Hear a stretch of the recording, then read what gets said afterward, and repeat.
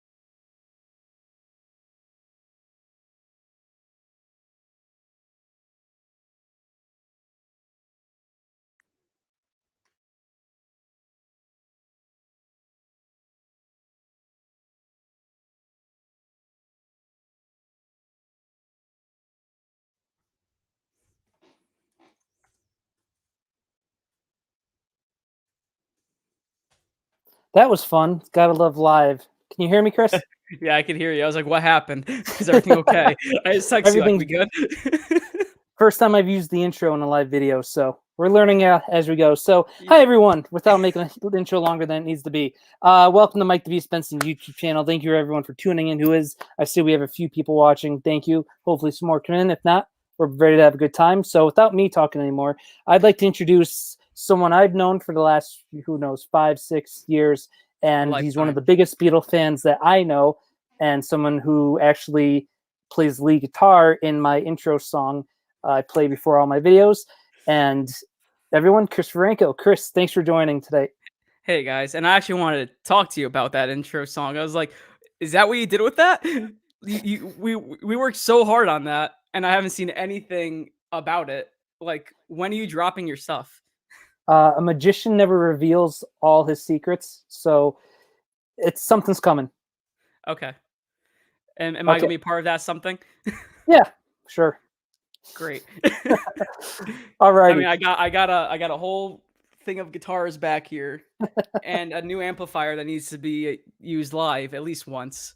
Uh, And you know speaking of me, speaking of live, we're live, and we're doing a live review of the latest documentary from the very talented Peter Jackson, Get Back, the behind-the-scenes story. I want to say the true behind-the-scenes story of the Beatles and the process of recording Let It Be. And I figured we'd just start off with our overall thoughts. And by God, uh, my hat's off to Peter Jackson and the whole crew behind that. Such a phenomenal job.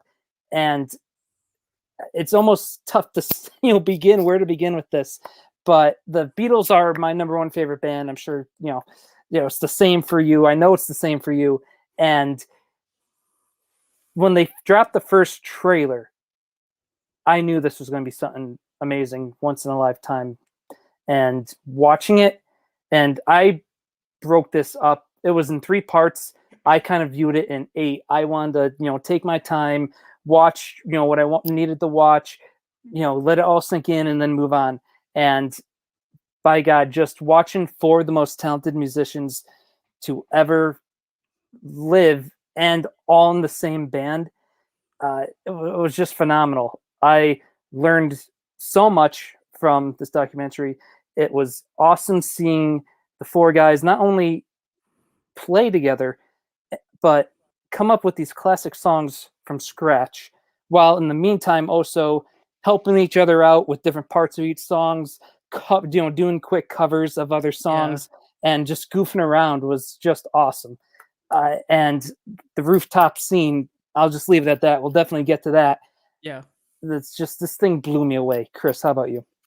I mean, it was kind of scary at first for me, especially because in the past like couple years or so, we've had all these like mock documentary, like big show movies, Bohemian Rhapsody, the one for Motley Crue on Netflix and stuff like that. Like, I was very scared of how Peter Jackson was originally going to like go at this, because I was watching the 60 minutes that my grandpa actually recorded for me And we sat down for like 10 minutes to watch it at his house, while we were trying to like do Christmas presents. And like the first thing Peter Jackson said, like he's like, I wanted to try to convey like a storyline with all the material that we're getting.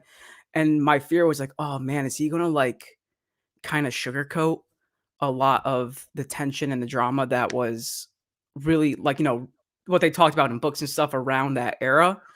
And they didn't, and he didn't. And I was like, that's great. Cause like as soon as like the first episode ended, I was really hooked. Um and because of that, I thought it was just fantastic. Bone chilling throughout the whole entire thing. Cause like, you're a musician yourself, and we've done it a bunch of times of, being in the rehearsal spaces. Like it's like that's like our time, Yeah. to like do things, and just watching their version of that was really, really cool. And we'll talk about that more later down the line with like the songwriting stuff, like you wanted to. Because man, there was so much in just these 3 episodes. I kind of wished, and I think I texted you this earlier today too. It's like I really wish he stuck with like his original idea of being like, Oh, I'm gonna keep the whole 18 hours in, and seriously. just like do like one episode at a time instead of this 3-part things. Because I've been like, dude, I watch the episode every week. Yep. Like Hawkeye on Wednesday, forget that. I'm gonna watch Get Back. Like it was so good, and just watching, like you said, the four of them just work together, and seeing their each of their individual processes with it was just so unique, and weirdly not, to me, not as innovative as I thought it was at that point in time. Especially because they were just getting out of that Sergeant Pepper era and that Mhm. Magical Mystery Tour era where they're doing like the weird double layer tracking, rewinding, forwarding, speeding things up, a lot of orchestral stuff. Um, so it was really, really worth the wait, as a Beatles fan, to Definitely. see this kind of final product, and I absolutely loved it, from like beginning to end. Yeah, and what was awesome is going into it, all we know from the Let It Be sessions is it was miserable and they didn't want to Yeah, be there. And that's the perception was that the media made it out that they hated doing that. And watching this, watching them just have it seemed like, there of course there was one or two bumps in the road, but it seemed like the four of them were having a great time. Their significant others were having a great time. yeah, There other, kind of extended families that would drop in. Maxwell, Glenn, all those guys. It seemed yeah, like it was a great process. So it kind of squashed the idea of it just being a miserable experience for them. And it with that, being said, what did you learn, or what are some of the things you learned? Being a big Beatles fan, what are some of the things that you learned through watching this? um, some of the big things. I have like 3 big things I learned. Like I kind of like, I'm glad that they made it, uh that it was actually this way and not, like the rumors would always say. But like if I learned something as like a music standpoint of view, that it's never wrong to always go back, right? Like in the very first episode, because I rewatched it today just so I could kind of get a better understanding. 'Cause I watched the whole thing consecutively. Just like I sat there, watched every single four, well, it was like 2 hours each of an Yeah, episode. Like I just lived in the moment, watched it, and I barely picked up a lot of things I could remember from watching the first episode. And that they had that one moment in the beginning where they were just struggling for song ideas. They were working on the first song they started working on was "I Got a Feeling." McCartney already had it. They just played it, and they were just working out the kinks and stuff. Um, but then after that, they were just completely struggling for new material, and Lennon and McCartney had the idea of like, let's just backtrack. We have like over 100 or some odd libraries of just material that we've never used because they're childish, but let's see what we could do with them. And for me, I was like, oh, it's kind of cool because I've always struggled with the part of like I always want to try to keep writing new material, as much as I possibly can. And just being like, you know what, I'm going to take one of my older songs I was working on and see if I can maybe beef it up or I can make something better out of it. I thought that was a really cool lesson for a musician because it's just always been a back and forth, especially just from my own artistic point of views, and my own experiences of being in bands and stuff where just like I think it's okay to go back once in a while because you start to see, okay, I did this here. Why don't I try something new with this? And hope it makes a really cool number. So like that was like the big life lesson I got from like this whole entire documentary series, not just like, uh, the real commitment of being in a band, uh, but like the two big things, like, we all Beatles fans always talked about this. Any musicians always talked about this. Um, the biggest thing that I really learned from this documentary series, and I actually talked about this with our master carpenter at Nautic Valley the other day, and I didn't agree with him until we started talking about it. And I started watching the episode again today. I was like, "Fuck yeah, dude!" Oh, sorry, can I swear? Like, Why not? is that okay? I know we're on YouTube. I don't know if this gets demonetized if I do that. I blame you if I get kicked off. That's fine. You could kick my ass later for it. But yeah, hands down, like the number one thing, Ringo is literally the best fucking drummer ever. He is hands down. Like I've thought about it for years, like especially like internally, like he's not the most technical drummer, right? He's not the most advanced. Even though now he's like, he's still in most drummers' eyes, he's the pinnacle, the ideal god of a drummer. And after watching the series, I was like, oh my god, like everything that they were throwing at him, he always just he flowed with it, he moved with it. Um, he just he was in it. Didn't matter what it was. Like he was like, I'm gonna offer you whatever I think is right for this piece, and it just worked. Every like little jazzy tune, every little like bluesy riff that he was playing with, you see him, he's moving along with it, he's dancing around with it.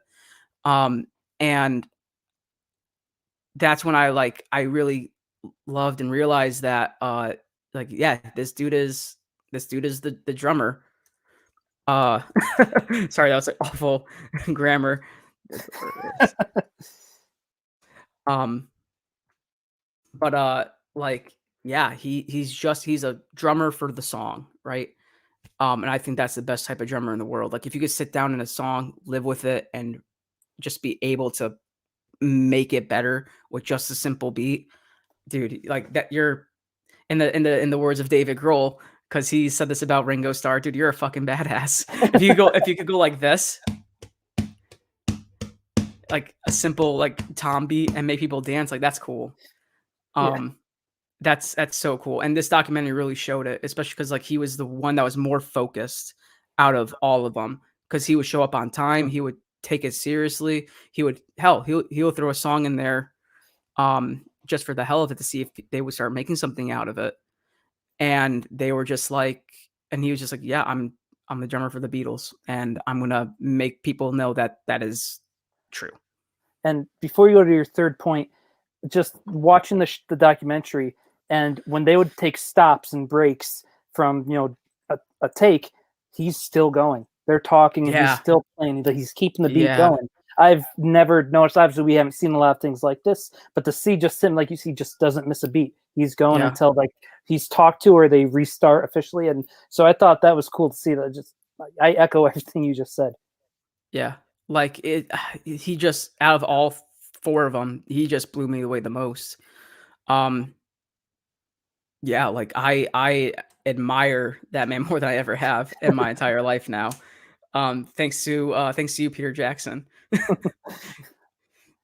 I just say I'm very excited to see a hobbit walk through the fields of Liverpool. They were from Liverpool. They Um, and then another thing is traditionally when you record it, when a band records an album, a musician records an album, it's one track at a time. You do the vocals, you do bass, you do Yeah, guitar. nowadays are, yeah. Uh, Um, yeah, watching it and seeing a band record all at once without different takes, I never really realized that. So to see just a band show up and start playing, and you know, I thought that was cool. For me, that was cool to see because I never realized that that's how it used to be. yeah, because they only had so much tape, Yeah, right? that's true. Like Yeah, they even if when you're a big band like the Beatles, I mean, you're able to do multiple takes as much as you want, as much as you can. But it's still only really one take at a time. Um, and I think that's what made the Beatles so unique in their recording process at that point too, because like they were um when they were when they were overlaying tracks like on Sergeant Pepper and stuff, like they pretty much used up as much of their film as they can to just overlay stuff on top of a track. Like look at Day in a Life. They did the whole like section first of just the main song, and then they did the recordings of the orchestra, backtracking it, and then layering it on top of those other numbers, which like today will be like what you would do for every individual part, unless you're recording a big orchestra, yeah. you know. Um, so yeah, that was really cool to see. Especially you gotta give your props to what's his name? Glenn Glenn Jacobs. Jacobs? Jacobs. Glenn Jacobs. Yes, that's his name. I'm sorry. um I'm sorry to the hardcore fans right now. Because like, man, he had to be on his A game. Like you even see in I think it was like the second episode where he was just they moving back and forth from first the old to the concert space that they had to their studio back in Abbey Road. Like he was just like, every little thing they were asking him to move around and stuff, and he was just doing it. He was like just trying to make it perfect for them so they get the right um environment. That's what I like too. Yeah. um, yeah, and just looking at all the stuff that he had to do while recording, especially when they moved to the other studio with the tape, and he was on a schedule at one point, right? Because he was supposed to see Yeah. like work with the Who, Yeah. and like that was so he was under the schedule he had, and then you have guys like Maxwell holding it down, and it was Yeah. cool seeing. We'll get more into like them doing other songs and stuff, but see how involved he was, and also really really cool to see how it's just once again how they went about each song. It's we might never see anything like this again. Yeah. And what was really cool is how they kept switching like instruments throughout, kind of, or even that was like the background stuff or between takes. They, one someone on top on the piano. They, it was just seeing cool stuff like that. Really, really neat. Yeah. Um, Yeah. Anything else you learned? I have one more thing. Did you have a third or? I did, but I think you should go first. I've been doing a lot of Yeah, sure. talking.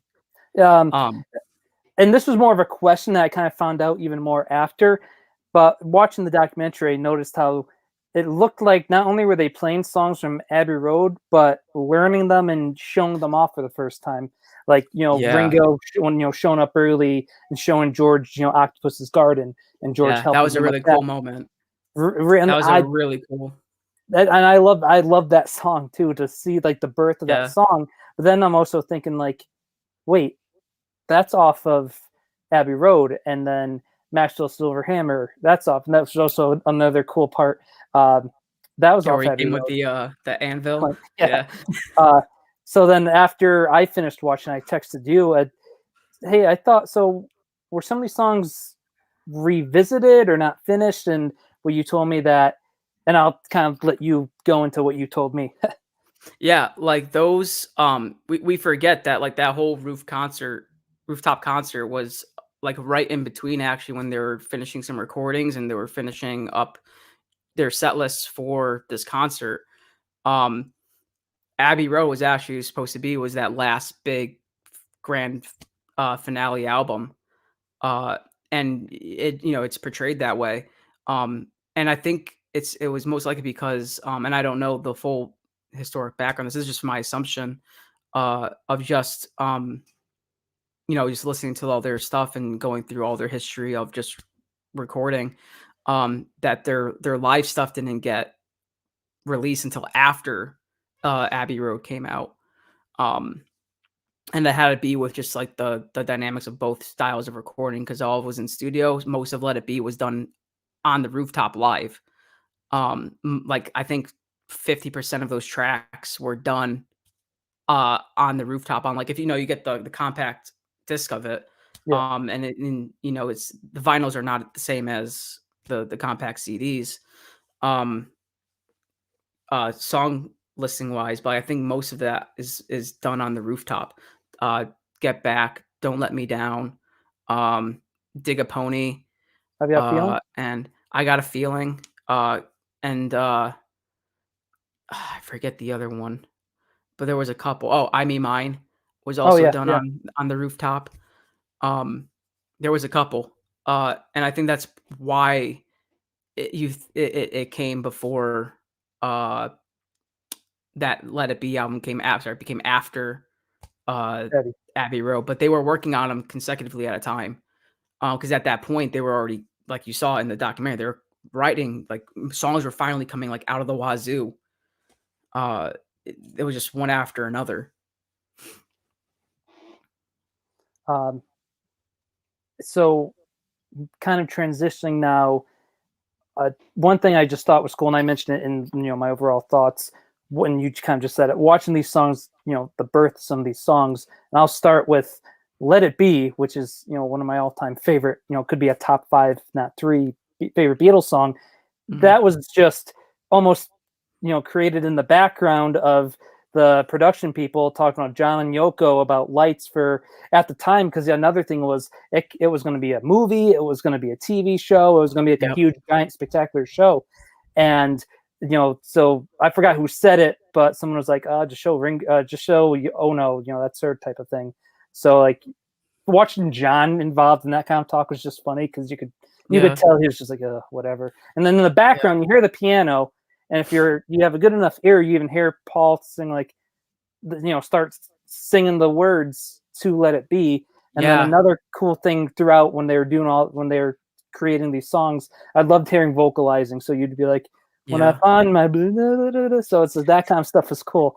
And I had no idea what to expect going into the documentary. So to see stuff like that truly blew me away. Yeah. Um, yeah, I love that whole bit too. Of the whole like you're hearing the Let It Be in the background there. Because that even just showed like, they were always still thinking, always still working, even when they weren't working in the studio. I thought that was a really, really cool moment. And going off of Yoko Ono, this was the other thing I wanted to bring up about what I learned and what I thought it conveyed.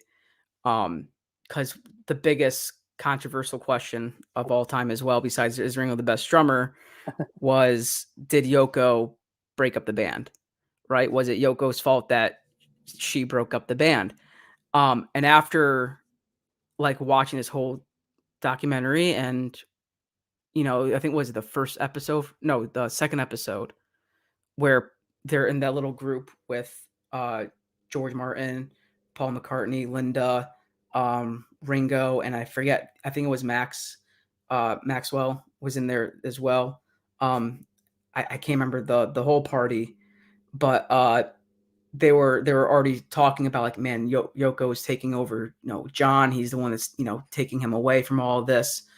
And they thought that Paul had so much hatred towards that woman around this time, like because he thought this, they might have thought he thought the same thing, but man, he stuck up for her like it was nothing. And um, he even said like it's not like we're back in our Liverpool rooms, where we're early, adolescents. just, we're not living with each other, writing songs like we used to. He's uh Yoko's his go-to now, and like that, I thought that hit pretty hard.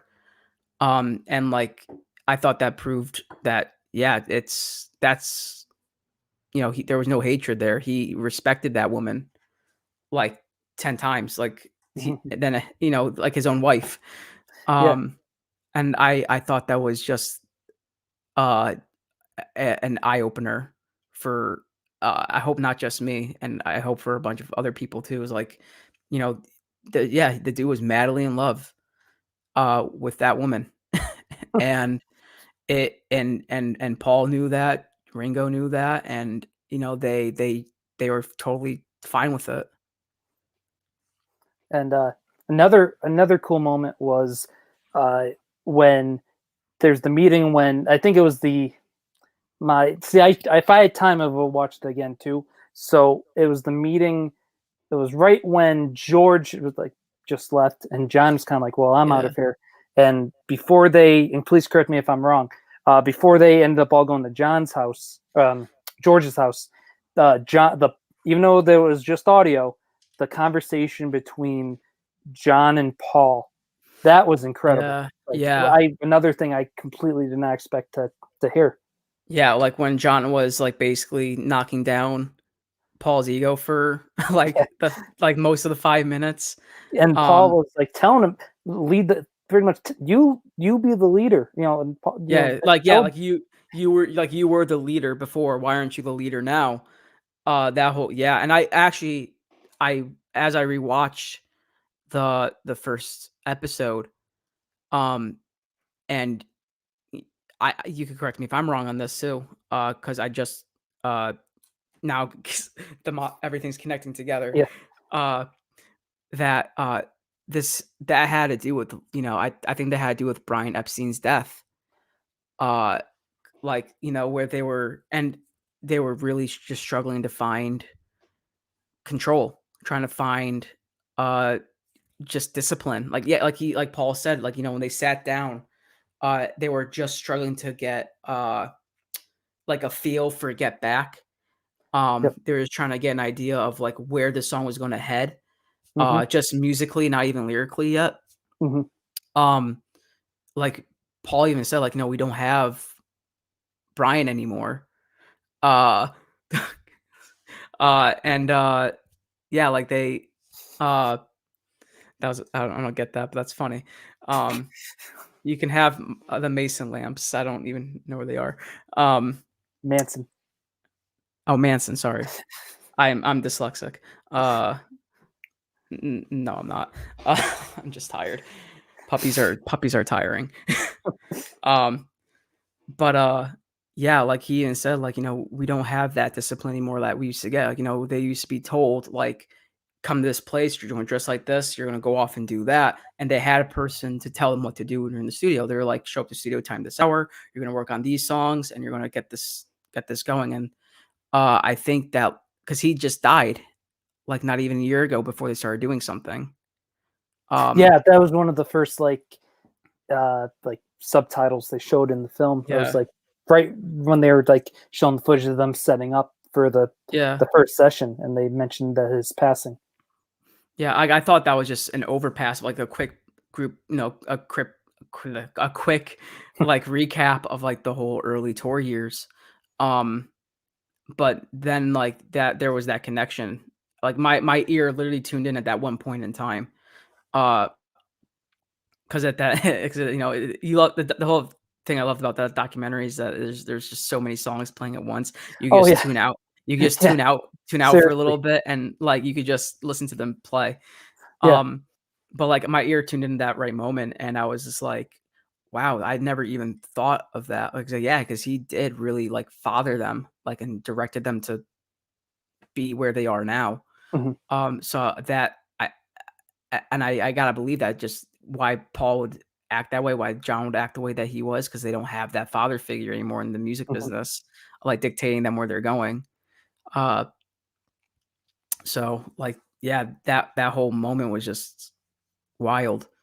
And that's just is the only way I can think of it. Another cool thing, and this is a shout out to um, Dave from Woodbury Guitar. When I spoke to him last week, we Yeah. talked about it quick, and he mentioned the bass 6 guitar, Mhm. which I noticed that there was the guitar that they were passing around. Each of them were playing. I just figured it was just another guitar, but then Dave's telling me that it's a bass 6 guitar. It's like a hybrid of a guitar and a bass. I must have that must have went right over my head because Um, I can't. I'm gonna look it up right now because we're on the because internet. there were times when Paul wasn't playing bass. He was when he was on piano, but you'd still hear like a bass line. But you would Yeah. see George and you'd see John, and it didn't look like they were playing a bass. So I'm like, so are they just playing like the last 4 strings, but they sound bassy? So that stuck my head. Like, oh, I wonder why that is, or they're just really good at making a guitar sound like a bass. And Yeah. then Dave told me about the bass 6. I think it's a Fender, the one Yeah. they're using. So that was just another cool little thing that I Right. know. It was a Fender model because I now I see the body shape in my head. I'm trying to look it up. Like all I'm seeing is it's a Hofner bass, like yeah, his violin bass. um, The riff. but yeah, I do remember exactly because George had it for a little bit. John was using it while they were working on Let It Be. Yep. I yeah, that was a fucking cool instrument. Yeah. Yeah. Um, and then Jesus, it's so hard to kind of Yeah, it's talk about. Where speechless. there's just so much that was in the 6 hours of footage. Yeah, And could you, like, to your point, could you imagine if we got the whole thing and it was like a yeah, Ken Burns baseball like documentary? Like yeah, that would have that. But uh, how about when they got George back? yeah. What did you notice about the focus and the direction after that? Paul and John had their conversation. They were able to meet at George's house. They got him back in. Mhm. What were your thoughts on everything that happened after that? Um, it was rough.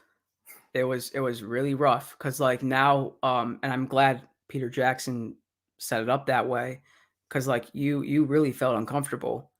Uh, there was like just like this whole like ether of just like they're not happy at all being in the same room at this moment in time, especially because they're still in the same spot they left off. They were still struggling to get material out. And they were just like feeding off the vibe of what just went down. And and I think that's why I really loved in the second episode that moment when Billy Preston came in. I was going to get to that. Uh, because he changed the mood out of like everything. Especially when they were working just on Get Back. Oh, And then he just added his own little swing to it. Like even John says, like, yes, keep that yep, you're in, you're yep, staying. yep. And I think that Paul, was like the Paul's, real sorry. no, you're I good. was going to say, the first time he starts playing, you see Paul's face like light up like a Yeah. kid on Christmas morning. So that was Yeah. that was I thought that point stuck out to me, and that, to your point, that really turned the tide for them and really got them back. They got into a groove. They were digging what Billy was Yeah. bringing. The rest were bringing their A game, and it was almost like it was like a shot in the arm they desperately needed. Yeah. And I loved just not just McCartney's change, but also like George Harrison. Now, because we were talking about Harrison, like his facial expressions just Hmm. lit up. Like his whole mood changed, especially because like he was talking about him in the first episode. Yeah, He was like, the best because I forget what song they were working on. They wanted like a little jazzy feel to it.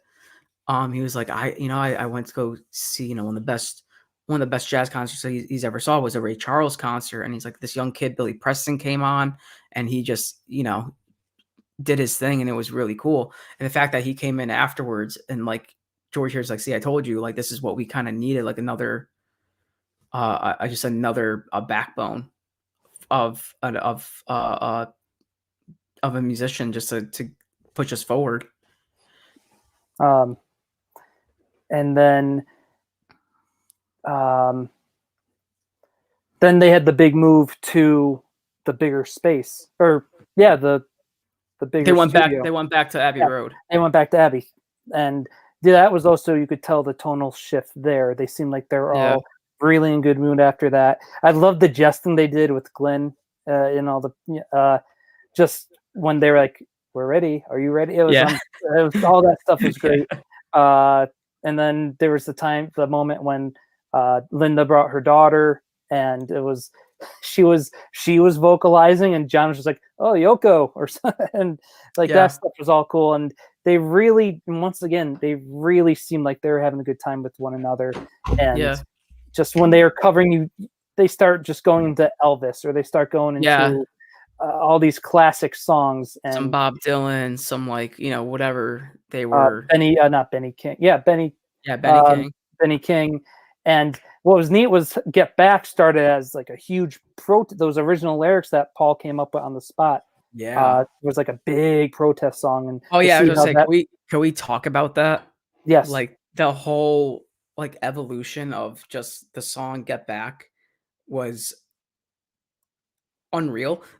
absolutely, Like what were your thoughts on that? Because like I really thought there was just like it was just there was a story just from start to finish of the whole song.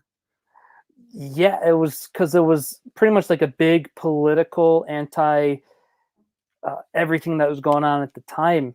Yeah. And that would have been an interesting take. And then I thought about, could you imagine if this came out today Yeah. and they would have been canceled, or it would have been a whole big to do about it. So to see how they kind of put that on hold for a bit, it, and then Paul came up with, then pretty much starting from scratch again, because he got rid of all those lyrics, all the Yeah. anti stuff, and just coming up with, oh, what's JoJo's last name going to be? What's Loretta's Right. last name going to be? And what are we going to talk about with these people? But Well, it's just yeah, well fun I was talking with our I think I remember Kim and Chris, our family friends. My mom's one of my mom's best friends, and they came over to the house the other day and we were talking about it. That song was actually written about Linda. His because that was one of her whole first experiences before she met Paul. Like the dude Jojo was actually her ex-husband. And I was like, when she told me that, I was like, "What? Like that makes no sense." And uh, he's like, "Yeah, Linda was Loretta." And I'm like, that makes so much more sense now because like now he's actually conveying her whole life story, but it's still like a protest song yeah, in the yeah. fact of it's Linda's protest song from her ex-husband. Now I'm like, mind blown. Because especially like, in the first episode, I keep referring back to because I just watched it and I apologize for that. Not just you, Benson, everyone else. Um, if all my old high school friends are watching me now, they're like, wow, he's still rambling on about the Beatles ever since high school. um, but yeah, like in the first episode, like when he was just laying down that riff, and like he wasn't just playing bass, he was actually playing chords on the bass. I did Um, notice. I was first that part I was like, that's cool. um, I love doing that. That's fun. But he was already kind of singing the lyrics, like Yep, the finalized lyrics, and I was like, oh, yeah, that's really cool. Like he just really thought that up on the spot. And it got me thinking, like, I wonder if he was actually thinking of Linda that entire time for that whole process. And then like they came in with the whole uh white nationalism, yeah, like uh just the whole fight against that. Um and to help spread awareness of black lives and was a huge cultural shift in the song. Um and the fear of them not doing that way to bring it like a whole circle back to uh those original lyrics was just that was bone chilling. yeah. Another cool moment, kind of along the same lines, was I forgot if it was just random. It was a jam that came about, or it was one of their songs. But was it John singing or saying Martin Luther King's speech? I had a dream, and then Billy's just going to town on the keyboard. It was, I had a dream one day. Mhm. I can't remember if it was just a jam or if it was kind of based off from one of their songs they're coming up with. But I thought that was a cool scene. And there was the scene when they took the review that someone from the Rolling Stones wrote about him, and I think John was just reading the article. I think Paul was singing, and they were just jamming over it. So that was cool. So like an article that was talking about either it not going well in the studio, or did Paul or John get arrested? It was something like that. But I thought that Yeah. was another cool scene. And then, we talked about how the evolution, we just talked about the evolution of Get Back. It was really cool because they really focused in on like those core songs from Let It Be with Get Yeah. Back. And they kept showing them doing I Got a Feeling, Two of Us, and, Yeah. Eventually, Let It Be. And those are, arguably the four best songs on the record. Yeah. And to see all just for me, it was just fascinating watching all the different takes, watching different guitar, patterns, chord progressions, different lyrics, and, John helping Paul helping John, them just helping each other, was really, really fascinating. Yeah. Yeah, there's so much of just their songwriting process that I could definitely get into. That I found, like I said, again earlier, I said I didn't find it as unique as I thought it was. Um, you know, especially when I was growing up, and for any young musician, when they think the Beatles, they think like, wow, they are like their songwriting process must be so advanced, like almost like a classical way of writing. Uh, and literally in the first gosh, I'm sorry. And literally in the first episode, all you see is them just writing down lyrics on sheets of paper. They're Yeah. just playing it out. They have some other guy like scoring out like just small notes here and there, but I was like, wow, that's not as different as like something you and I would do. It was very just kind of laid back and really a modern way of songwriting where they really relied on their parts of their words that they're writing um, than the actual my scrapbook. I believe you. Um, you should see my notebooks. They're pretty scratched up. um, but yeah, I was like, that's so crazy to think that they were just like writing normal like normal people. Yeah. Like they were literally just just trying to tell stories. And I thought that Mhm. was just the coolest part about it. Like they really took their rehearsal times to really try to create some tales. And then look what they were trying to do in the middle of that. They were subconsciously writing Abbey Road. Yeah. Yeah. And another thing, I texted you this, and we kind of not had an argument, but you were like, "Dude, what the really?" So one song, and there's a reason kind of why it never was really my favorite Beatles song Oh, was, and this documentary made me like appreciate this song more. Was the song the Long and Winding Road. Now, as a kid, my dad bought me the Beatles one CD that had all 27 of the Beatles number one hits, yep. and that's how I discovered the Beatles.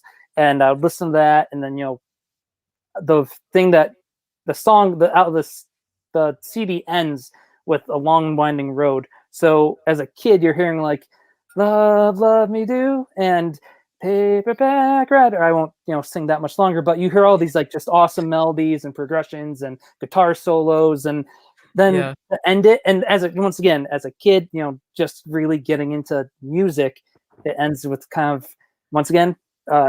This is young 8, 9 year old me talking, just this boring, just a guy singing on a piano. Right. So And you from like 5 hours ago. yeah, yeah. So um I was always like, this is how this awesome set of songs is going to end. So whenever I'd listen to the Beatles, throughout middle school, high school, college, that I'd always, skip over that song. But just watching the process it took to write that song and come up with Yeah. it, and just watching Paul at the piano play it, and now today I actually listened to the actual track, and now understanding more, knowing more about songwriting and music and song structure and lyrics. It's just a truly is a masterpiece. Like I think you Yeah. texted me. Yeah. Like, admiring it even more now after watching the documentary is yeah, it's a great song. I mean, I've always loved it, uh, ever since I was, a kid. Um, it was just like one of those somber, like, hit hard in the heart songs, that you wouldn't have expected from listening to all the other tracks that were on that record. Uh, and the orchestra in the back of it really pushed it more. Uh, but yeah, watching McCartney lay it out the first day was remarkable. Because especially, like, as he was writing it down, he was still trying to write the story as Yeah. well. Like, there was one funny moment I liked from him when he was like, "I'm thinking about, maybe he's walking and there's the rain starts to fall, and, maybe he's trying to, stay on this long and winding road." And and I think who was writing with him? Was it Max was writing with him? Was George next to him too? I think it was Ringo, because Yep. Ringo was singing with him. Um, and, and, like, he was just, like, he's saying, like, "Yeah, I think I'm picturing him, like, walking in rain on this long and winding road." And then I think it had to be I honestly had it probably could have been Ringo. And he's like, "Yeah, but now we're kinda walking away from this winding road, and now we're thinking more about the weather." And Paul is like, "Yeah, I think we should probably stick with the winding road."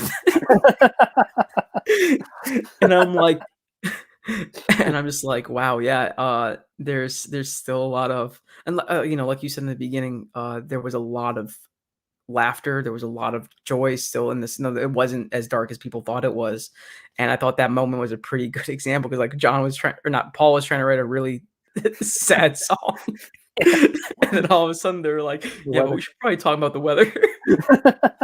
How's it going, Streetside Anthony? Thank you for the support. Thanks for tuning in tonight.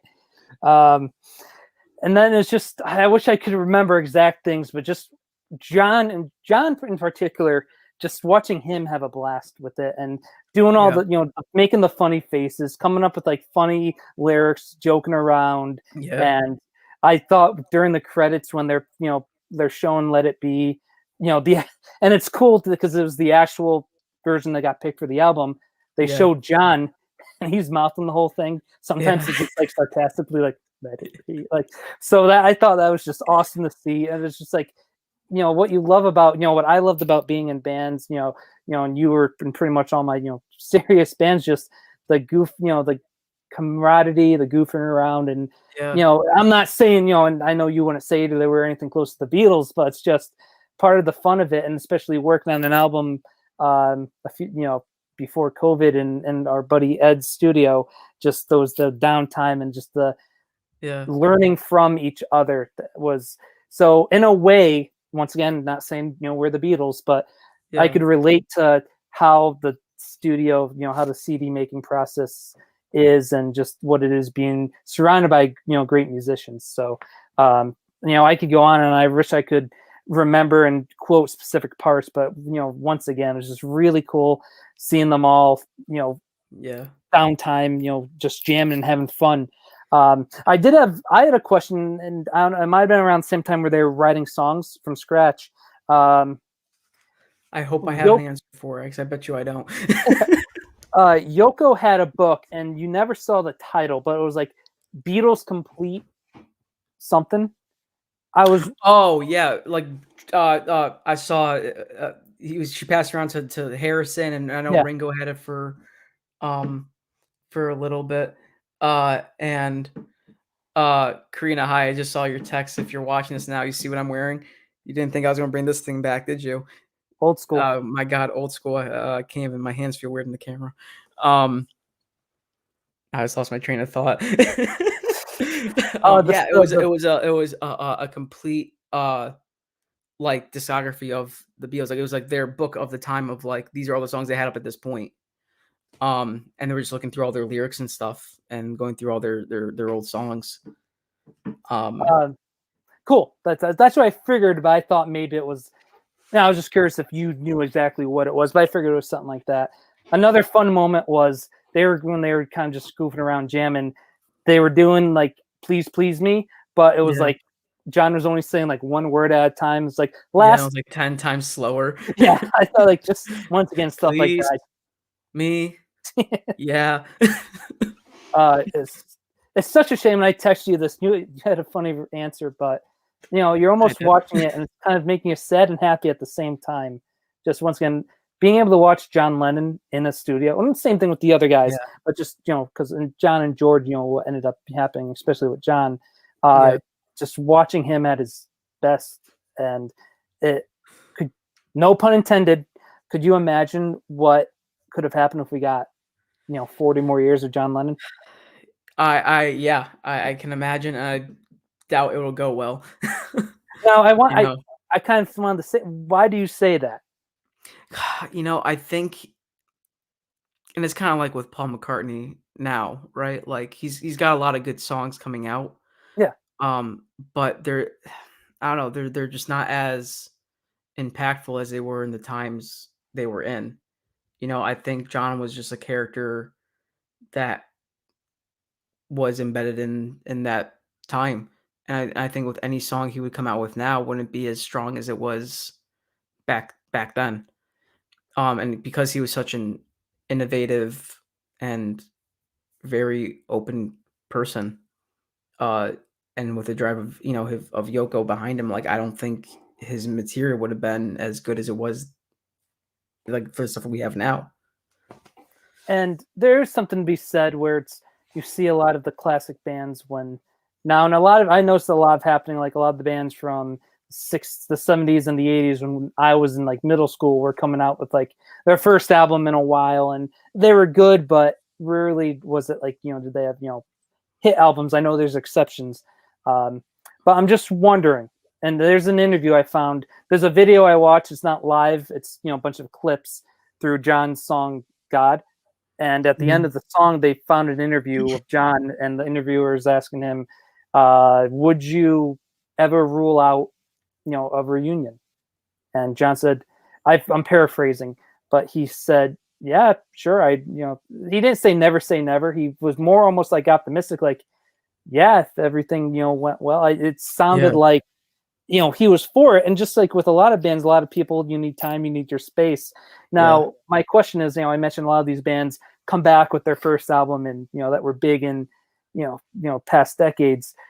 What do you think the Beatles could have been, if they were to put out an album in 1990 or in the 90s or in the 2000s? Now I know there's a lot of factors going into that, but do you think because of the talent that was there, they were all still making music to that point?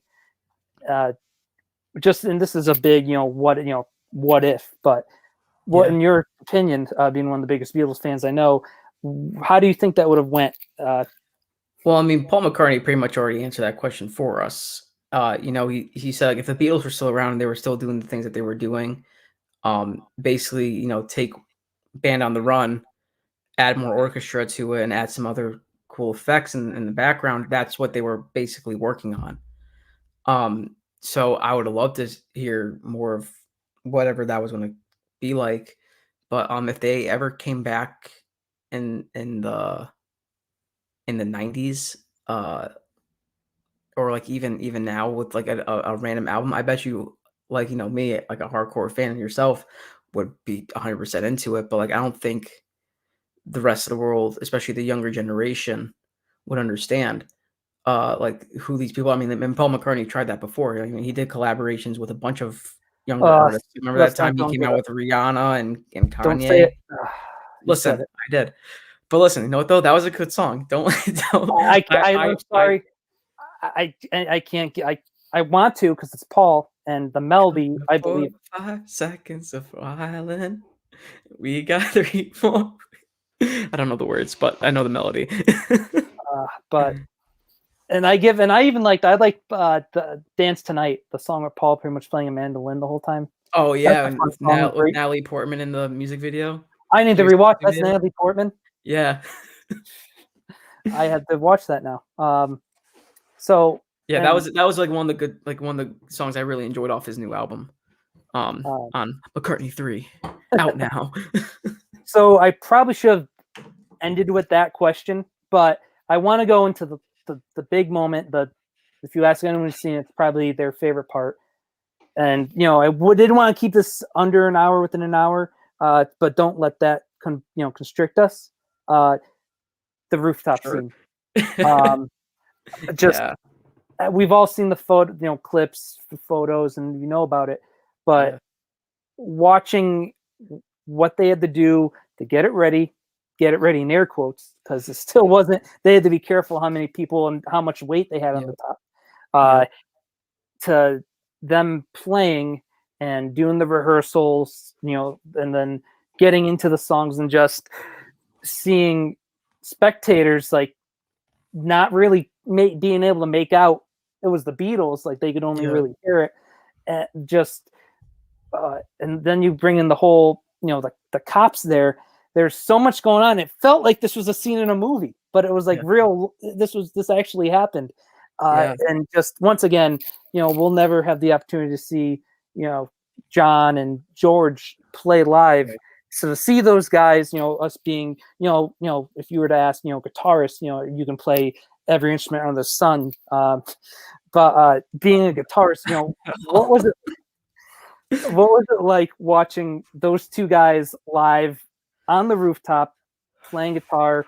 Obviously the whole band too, but just being able to see John and George live. yeah. What were your thoughts on that and the whole rooftop scene? Dude, it was like it was a dream. It was a dream. Like it was really cool. Especially because like uh you got to see so many documentaries of just them playing their earlier days. Uh, I loved watching 8 Days a Week, the Hulu documentary special where they just really went down the line of what their Beatlemania tour days were like. But like you got to finally see like a final like resolve of like, now these guys are much older. You get to see what they've been working on. You get to hear these songs played live. And it was surreal. It's because it was like they were struggling for the entire series of just trying to get things to the way they want it to be, try to get just a song to sound okay. And going back to I was talking to our master carpenter at the college again. Because he heard this quote in the documentary, and I completely missed it, where I believe Paul was talking with George Martin, and they saying that they were saying that they were really struggling trying to get this to work, and like maybe you guys and George was like, maybe when you guys are out there live, and actually playing, it'll be better because you guys are always sound better when your backs are against the wall. uh and I was just like, with that in my head, watching it, because I didn't watch the final episode after until that conversation. um I was like shaking because I was like, wow, like this is literally like this is why the Beatles are the Beatles. Like this is why they were literally the best. uh and you can fact check me on that. This is why they're the best. um Watch Get Back, people, on Disney Plus. We're not sponsored, I don't care. We're open to um it, but we're not. we're open. Yeah, it's his You had it for a second, and I'm his butchering it. his YouTube channel. Kind of got it. um so like, yeah, like, oh dude, I was just in my zone watching Harrison go back and forth with Oh, John, especially like in the Get Back oh, um like performance. Especially because at that time, like, I never really saw John play a solo. yeah. uh so that was really cool to see him do live.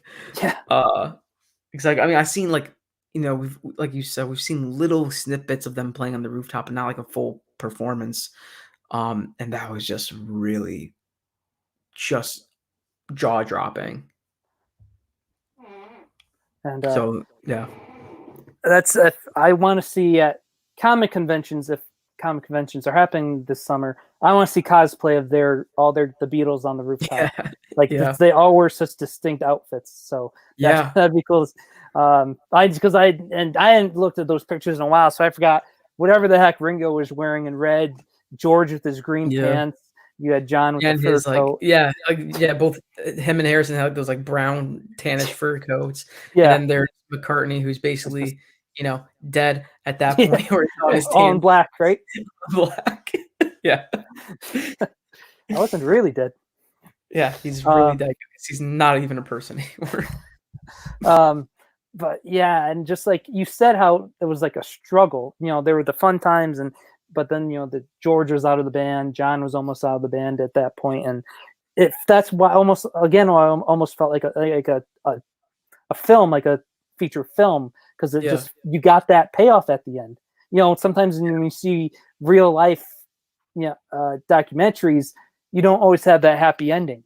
You yeah, what? So that's why not only did it feel like a movie and it was scripted, it yeah, was that happened in real life. Despite everything they went through, they were able to come out and do the rooftop scene and put out. I know there's some things about Abbey Road too, where maybe not everyone was recording at the same time. And that's maybe when things got a little more tense, but they were able to get through all the struggles they had and put out Let It yeah. Be, which is probably, and this could be a fun separate video, because I've been talking with you about it, and I was talking with our buddy Colin Sullivan, another one of the biggest Beatle fans I know, and another very talented musician. Check him out on social media; is all over in YouTube. Colin Sullivan, Kyle. Quick plug right there. But he was he was talking about his favorite album. You mentioned your favorite album, and now I'm really listening to their discography these past couple this last week, and I'm still having trouble putting together my favorite album, but I always like to Let It Be.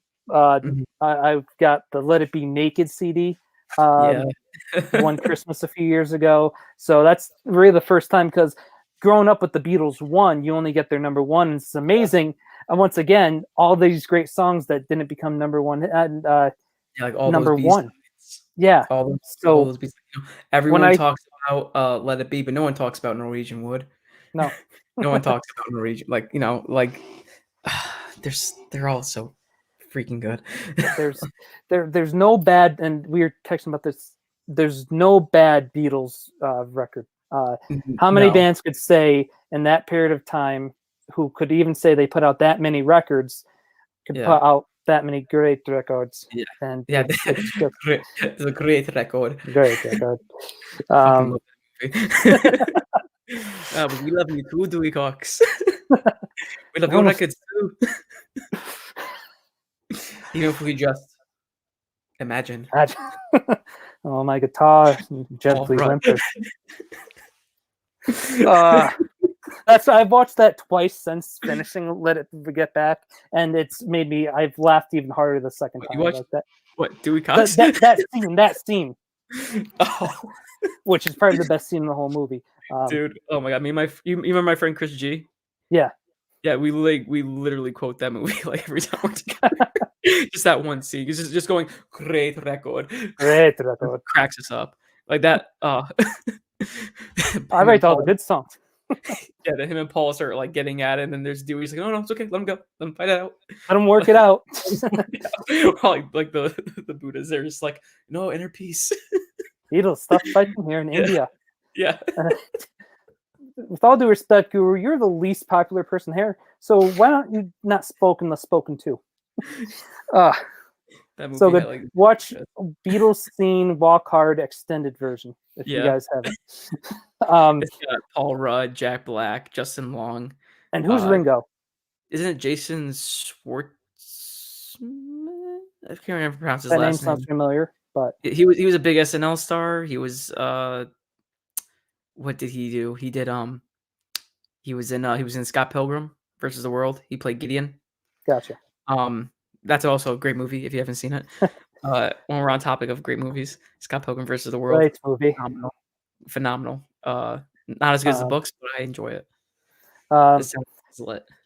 so uh, to bring it back, we're talking albums. So that might have to be another video on its own. Maybe by that point, I will have a definite ranking of them, or at least a favorite one I can call. Yeah, But this really, I always liked Let It Be because once again, when I was got Let It Be Naked, I heard a lot of these songs for the first time. I Dig a Pony was another one they showed him rehearsing a lot, which is really cool. So that Two of Us, I've Got a Feeling, those three songs I'd never heard before. I listened to Let It Be Naked just maybe 5-10 years ago. So this really not only showed that solidified that the Beatles are my number one favorite band of all time. yeah, Let It Be is, I can think at this point I can say it's top 3 for me. And just these were the 4 best musicians. You have 2 of the top 10 guitarists of all time, if not both higher. You have arguably now the best drummer. There's only a few other people who maybe can give him a run for his money, and that's a sorry, we already had that conversation. He is the number one best drummer in the world. And then Neil Peart. Paul. Okay, that I'm joking. I say Beatles are 1, Rush is probably 1A for me. Fair enough. But so, and then you have Paul, one of the greatest bass players of all time. And another thing, you got to see Paul just playing, just Paul playing bass. So get to see that a lot in this film. And then are they probably the best harmonies? Once again, can you even say 5 other bands? I'm sure you could. I mean, that are are they the best singers? But their harmonies are like, and just soft. talented musicians like you. They could play any instrument given to them and make it seem like they've played it their whole life. And just a few other quick things. There was, let's get into the Hawaiian thing. Was that a lap steel? Because I thought it was like a dulcimer. I have no idea. So, and then John just like, it's a crappy one, but if he gets better at it, we'll get him a better one. So they're playing that. And then what was it? Did George or Ringo or who bought like that weird little, it's like a mini organ that they were, it was towards the end. Billy was actually crushing it. Yeah. What was it called? I think it was George. It was George. It was George. Was it George? I think so. I think so. But yeah, I mean, I saw Billy was like literally soloing on it at one point near the end there. Yeah. So just a few other moments, I really liked from it. And then, and this isn't a slight against George, but they even talked about the, speaking of the Maharashtra, they talked about the India scene. When they went to India, and I'm paraphrasing, and this isn't a slack against George, but it was George's like, yeah, we all went there to, get a better, appreciation on life. And George and John sarcastically goes, yeah, we all did that, didn't we? Like it was, you almost felt bad for George because like he was, you see the footage, like George is like smiling and you can tell he's into it, but all the other 3 are just like, they would be anywhere else but there. But so to see like footage from the India trip and Paul talking about like, yeah, I got the footage, and then tearing their thoughts in the studio about it. But yeah, this is, and now I'll quickly talk about. This should be, and I'm not a big documentary guy. I've only seen probably a handful of documentaries. This qualifies and should win best documentary, right? Or did it come out too late? I know you have probably better knowledge of the Oscars than I do. I don't. Award shows are not my thing. But I mean, personally, I mean, I thought this was a phenomenal documentary. It was a great piece of work. And I'm not just saying that because I'm a giant Beatles fan. There was a lot you could, especially like a lot of history you could take out of that just one era of music history. Like that was one of the most pinnacle moments of rock and roll, like right there. nothing as hardcore, badass, and like just weirdly educational. You know? Yeah. I had friends who text me, I'm not really the biggest Beatles fan, but I'm definitely going to watch it. So I, like you Yeah, said, even if you're not a Beatles fan, but you appreciate and you're a huge music fan, it's like a yeah. must watch. Like Um, honestly, I was talking to my friend Donnie. Uh, this was probably about a week or two ago. And he actually said that exact thing. Like, he's never been the biggest Beatles fan, but like he's definitely down to watch a documentary because it's still something you should watch because it's just, you know, like it or not, it's the Beatles, yeah, you know, from Liverpool. from Liverpool. Um, and then Derek, and once again, I've only seen pretty much Marvel and horror movies, but shouldn't it be? And I know you just said award shows aren't your thing, but shouldn't it at least be nominated for best film? Once again, I haven't seen. God, yeah. You've seen documentaries get nominated, Yeah. maybe actually, but it's just how I captivating. mean, come on, Amy Winehouse's documentary Yeah, got one, like yeah, an Oscar. So why shouldn't this one? exactly. Uh, I think it definitely will because it's phenomenal. that being said, I, the idea came across maybe since we're both very talented and underappreciated musicians. We could do a song here, but I know recording mic. I don't know how that would work. We don't have to do that right now. And Like actually play a song live yeah, right now. I would love to, but I think my mother would kill me. gotcha. Fair, And I also just put the puppy down to bed. gotcha. I don't think So he'll like that either. I mentioned potential other videos that could stem from this. Keep an eye out. Yeah. And I have. You can ask Chris. I'm always texting him. Yo, we should cover this song just out of the blue. Like I'll hear a song. Like, oh, we should cover this. But now it's like we should do a. Uh, we should do like a Beatles session. We can, Yeah. get a hold of Ed. We can get a hold of maybe Yeah. if Colin would be down. That would be awesome because as a fan, not only of the Beatles, but the friends of mine who are very talented musicians, I'm honored to have played with and play with. I'd love to hear like, and I've played Beatles songs with you, but to have Ed's got a very distinct John voice, and you have a pretty good Yeah. Paul voice. So it'd be cool to hear you guys sing songs, and I could just be the quiet one. But So did you hear that, Ed? If you're watching this, that's a Mike Benson okay that we could sing some Beatles songs together. and Remember that one time we jammed in your studio and we were like, why don't we do this often? Because we don't talk. But that's um, the incentive now. We have an I incentive. also watching all of this, and knowing Ed, and I know a lot of people are like, who the hell is Ed? But Ed is like all four Beatles in one person. Yeah. Knowing Ed, it's Yeah. just he's a very talented musician. He could has a John Lennon-y voice to him. He acts like all four of them in different, and just recording with him and just personalities. He's like all four Beatles in one. He's also a drummer. Compare him to Ringo. So it's You want to talk about a musician that knows a lot of instruments? That's oh, probably Eddie more than me. yeah. If I give you my Clarflugel horn, you'd probably look at it, try to get it in tune, and then you'd play, Beethoven's Fifth on it. What is that? Look it up. I'm not going to. Good because it's not real. But anywho, Is in Dr. Seuss book. so Chris, thank you for hopping on. This was fun. Um, this is after watching this, I wanted to talk about it in depth, and I know we could talk for the whole night and then into the morning about this. And it was nice to talk about this with a fellow, not only good friend but great, another big Beatles fan. And thank you for hopping on. Hey, always, man. I'm always down to talk music. So it's been a pleasure. Yeah.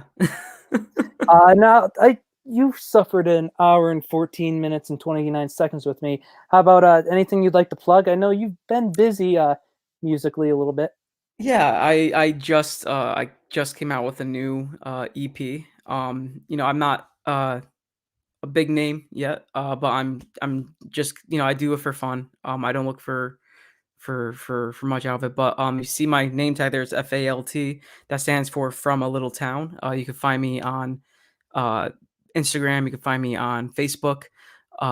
And my new album my new EP is self-titled From a Little Town.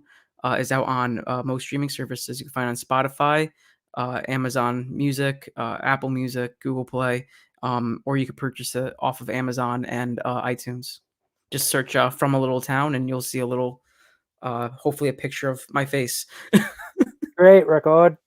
So Great. it's a good record. Um, I will plug that much in. and then, yeah, everyone, thank you for, we had people, comment in the chat, watching. Thank you for, spending the hour plus with us.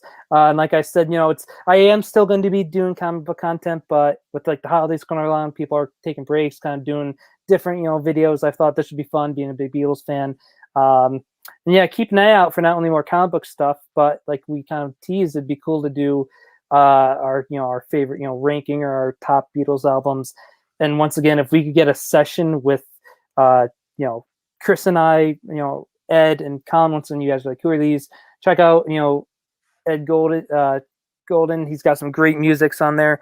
Eddie Golden, and then, Colin Sullivan, Col and Colin, Col, and then his also named Colin Sullivan, two of the, greatest musicians I know and have played with. So they've got some great stuff out there as well. And if the stars align, I think we could come up with a pretty awesome Beatles session. So that is something in the works as well, or possibly I should probably reach out to them first before I say stuff like that. Don't hate me, guys. But yeah, once again, everyone, thank you for tuning in. If you haven't seen this, it's, but you watched it, we didn't really spoil much. It's not like, there's a big reveal where John's Paul's father. So, if you haven't watched it, watch it. If you're a fan of the Beatles, if you're a fan of music, if you like documentaries, it hits a lot there. So just go out and watch this, listen to some Beatles. And, if you did like this, comment, once the video's up, write something in the comments. And thank you everyone for always supporting.